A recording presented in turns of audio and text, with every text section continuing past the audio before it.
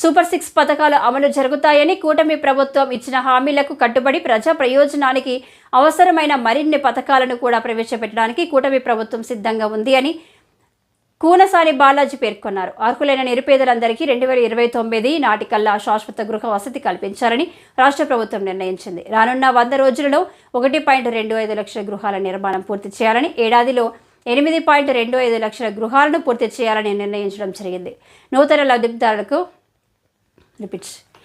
లబ్ధిదారులకు గ్రామీణ ప్రాంతాల్లో 3 సెంట్లు, పట్టణ ప్రాంతాల్లో 2 సెంట్లు కేటాయింపు చేయాలని నిర్ణయించడం జరిగింది. తెలుగుదేశం పార్టీ అధికారంలోకి వచ్చిన తర్వాత ఏదైతే చంద్రబాబు నాయుడు గారు ఎన్నికల్లో హామీ ఇచ్చారో ఆ హామీలన్నీ అమలుకు కృషి చేస్తూ ఉన్నారు. అది ప్రారంభించడం కూడా జరిగింది.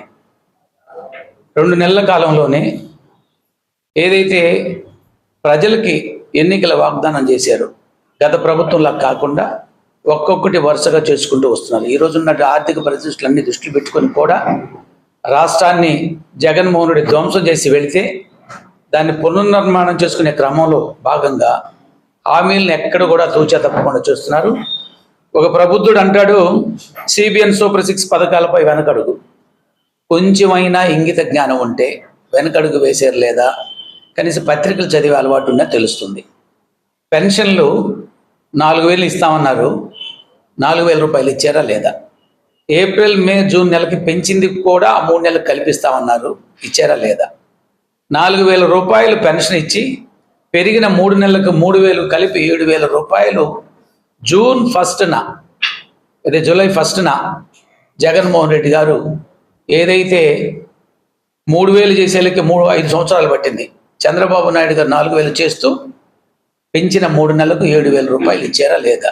దానివలన పెరిగినటువంటి 3,000 రూపాయల వలన అంటే 3 నెలలకి 1,650 కోట్ల రూపాయలు రాష్ట్రం మీద ఆర్థిక భారం పడుతూ ఉంది. 4,000 పెంచినందువలన 1,000 మొత్తానికి చూసుకుంటే 8,900 కోట్ల రూపాయల ఆర్థిక భారం. అంటే ప్రభుత్వము చెప్పిన మాట తప్పకుండా పెన్షన్ల విషయంలోనే 1,000 కోట్ల రూపాయల బడను కూడా భరిస్తూ చేస్తుంటే కొంతమంది ప్రబుద్ధులు ఇవాళ చంద్రబాబు నాయుడు గారు వెనకడుగు వేస్తున్న సూపర్ 6 పథకాల మీద. మహిళలది కూడా ఏదైతే 18 సంవత్సరాలు దాటారో వాళ్ళందరికీ నెలకు 1,500 రూపాయల చొప్పున సంవత్సరానికి 18,000 ఇచ్చేటువంటి కార్యక్రమాన్ని కూడా శ్రీకారం చుట్టినటువంటి సందర్భం కూడా కనపడుతూ ఉంది. ఏ ఒక్క పథకాన్ని కూడా చంద్రబాబు నాయుడు గారు ఆపరు. ఈ కూటమి తెలుగుదేశం పార్టీ, జనసేన, బీజేపీ కూటమి ఏదైతే హామీలు ఇచ్చిందో ఆ హామీలు అమలు చేయడానికి సిద్ధంగా ఉంది. ఆ విధంగా ఒక్క కడుగు ముందుకు వేసిన సందర్భం. ఇంకొక ఆయన విజయసాయి రెడ్డి, ఆయన మీద వచ్చిన ఆరోపణలు పక్కదారి పట్టించడానికి ఒక కుల సమస్యను తీసుకొచ్చాడు ఈ రాష్ట్రంలో. నేనైతే దాని జోలికి పోవటం లేదు, ఎందుకంటే అదంతా రాష్ట్రంలో ప్రజలకు తెలుసు, పత్రికలకు తెలుసు, మీడియా మొత్తానికి తెలుసు. ఆ అక్రమ సంబంధాల విషయం అవన్నీ నేను మాట్లాడదలుచుకోలేదు. కాకపోతే ఆయన అంటాడు టీటీడీలో తిరుమల తిరుపతి దేవస్థానం అన్ని కమ్మవారికేనా అని. టీటీడీ ఈఓ ఎవరో కనీస పరిజ్ఞానం లేకుండా మాట్లాడతాడు ఒక రాజ్యసభ సభ్యుడు కూడా విజయసాయి రెడ్డి. టీటీడీ ఈఓ శ్యామలరావు గారు ఐఏఎస్, ఆయన బీసీ కులానికి సంబంధించిన వారు. జేఈఓ వెంకయ్య చౌదరికి ఇచ్చేదేమి ఇస్తే కమ్మవాళ్ళు అసలు ఆ పదవులకు పనికిరారా? ఈ పార్టీలో వాళ్ళు కూడా పనిచేస్తూ ఉన్నారు కదా, నాయకత్వ బాధ్యతలు ఇస్తున్నారు. ఈ పార్టీని కష్టకాలంలో కూడా వాళ్ళు కూడా సపోర్ట్ చేసుకుంటూ అన్ని విధాలుగా ఆర్థికంగా అన్ని రకాలుగా పోషించుకుంటూ వచ్చారు కదా. మరి వాళ్ళని పక్కన పెట్టాలా? మరి మీరు 600 పోస్టులు ఇస్తే బ్రహ్మాండమైన పోస్టులు వైఎస్ఆర్ కాంగ్రెస్ గవర్నమెంట్లో ఏదైతే అడ్వైజర్స్ పేరుతోటి 600 పదవులు ఒకే కులానికి ఇచ్చారా లేదా? ఎక్కడన్నా ఒక బీసీ ఎస్టీకి ఒక అడ్వైజర్ పోస్ట్ ఇచ్చిన దాఖలాలు ఉన్నాయా? కాబట్టి ఇక్కడ మొట్టమొదటిగా ఒక బీసీలకి టీటీడీ చైర్మన్ ఇచ్చింది కూడా తెలుగుదేశం పార్టీ. ఆ రోజు సుధాకర్ యాదవ్కి టీటీడీ చైర్మన్ ఇచ్చింది తెలుగుదేశం పార్టీ. ఇలా టీడీ ఈఓ బీసీకి ఇచ్చారు, జేఈఓ ఆయనకి ఇస్తే అంత మాత్రాన్ని కమ్మ కులానికి మొత్తం ఇచ్చినట్లు అవుతుందా? కాబట్టి దీని ఒక బలహీన వర్గాల నాయకుడిగా మేము వ్యతిరేకిస్తున్నాం. చంద్రబాబు నాయుడు గారు ఎక్కడ బీసీలకి ఏ అవకాశం వల్ల అవకాశం ఇవ్వడంలో ఆయన ప్రావీణ్యుడు. చక్కగా ఇవాళ మంత్రివర్గం కూర్పు చేస్తే 8 మంది బీసీలకి మంత్రి పదవులు ఇచ్చి అవి కూడా చాలా ప్రాధాన్యమైన శాఖలను బీసీలకి ఇచ్చారు.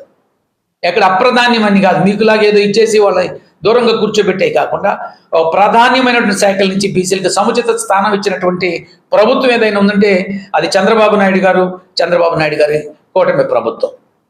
అదేవిధంగా జగన్మోహన్ రెడ్డి గారు పాస్బుక్లు ఇచ్చాడు. ఏమో వాళ్ళ అమ్మయ్య వాళ్ళ నాన్నగారి పాస్బుక్లు ఏమన్నా నా భూమి నీ భూమి మన భూమి, ఆ భూమి మీద ఎవరి ఫోటోలు ఉండాలండి? స్టేట్ గజెట్ లాగా స్టేట్ ముద్ర ఉండాలి, రాజముద్ర ఉండాలా. అది వదిలేసి నువ్వెవడు నీ బొమ్మలు వేసుకుంటానికి బ్యాంకులో పెట్టుకుంటాము, లేదా నీ ప్రభుత్వం అయిపోయింది వాళ్ళు నీ ముద్రతోటి పాస్బుక్లు ఉంటాయా? బట్ ప్రజలకి కావాల్సిన అవసరం ఏంది? కొన్నిటి మీద నీ ముద్రలు వేసుకుంటావు, లేకపోతే ముఖ్యమంత్రి బొమ్మలు వేసుకుంటూ కొన్నిటి మీద వేసుకోరు. కానీ నువ్వేం చేసావు? నీ బొమ్మలు వేసుకొని ఆ పాస్బుక్ని అపాస్యంపాలు చేసావు. కొన్ని కోట్ల రూపాయల ధనాన్ని దుర్వినియోగం చేసావు. రాళ్ళు, సర్వే రాళ్ళు, గ్రానైట్ రాళ్ళ కోసం 100 కోట్లు దుర్వినియోగం చేశావు. అంటే ఏంటి? నువ్వు ముఖ్యమంత్రి అయిపోయిన తర్వాత ఏ రాళ్ళకి ఏం వాల్యూ ఉంది? కాబట్టి వాళ్ళ చంద్రబాబు నాయుడు గారు ఏ ముద్ర లేనటువంటి రాళ్ళు, అవి బొమ్మలు లేని రాళ్ళు, ముద్ర లేని పాస్బుక్లు ఇవ్వడానికి సిద్ధంగా ఉన్నారు. ఇంకొక అడుగు ముందు వేసి మా లోకేష్ బాబు గారు విద్యాశాఖ మార్చులు విద్యాశాఖ క్యాలెండర్లో పార్టీ రంగులు కానీ లేదా పార్టీ నాయకులు బొమ్మలు లేకుండా ఒక చక్కటి క్యాలెండర్ రిలీజ్ చేస్తున్నారు. అంటే ఇక్కడ పార్టీ రంగులు లేవు. మీరిచ్చే అక్కడేదో చిక్కీలు ఇచ్చినా నీ బొమ్మ, జగనన్న గోరు ముద్ద, దానికి ఇవాళ సర్వేపల్లి రాధాకృష్ణన్ గారి పథకాలతో ఆయన పేరు, లేదా డొక్కు సీతమ్మ పేరు, అదేవిధంగా మూడవది మన మాజీ రాష్ట్రపతి అబ్దుల్ కలాం గారు.